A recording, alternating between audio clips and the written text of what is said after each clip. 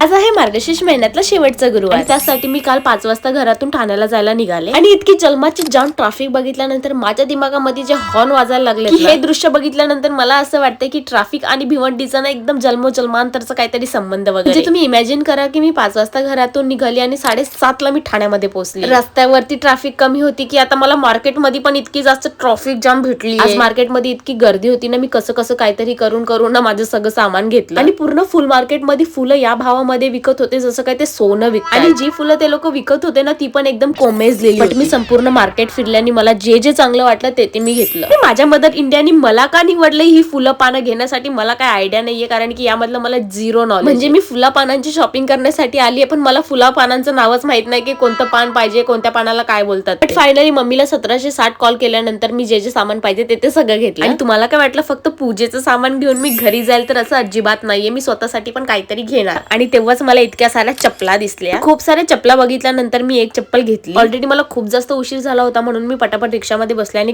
सकाळी खूप जास्त लवकर उठून सर्वात आधी तर पूजेची तयारी केली, कारण की आज आम्ही बॅकग्राऊंडला पण डेकोरेशन करणार. सर्वात आधी तर दीदीनी स्वास्तिक काढून घेतलं, त्यानंतर त्यावर हळदी कुंकू लावलं, त्यानंतर त्याच्यावर ते हंडा ठेवला आणि त्यावरती कळशी. आणि आज देवीला आम्ही ही वाली साडी नेसवणार होतो म्हणून त्यासाठी आधी साडी ड्रॅपिंग करून घेतली चांगली. आणि त्यानंतर इतकी सुंदर पूजा मांडली आणि त्यानंतर तर देवीचं रूप बघण्यासारखं होतं. आणि यावर्षी आम्ही फर्स्ट टाइम इतकं सगळं काही केलंय, सो त्यामुळेच ना मला खूप जास्त आनंदी आणि प्रसन्न वाटतंय. तुम्हाला कसं वाटलं हे सगळं नक्की सांगा.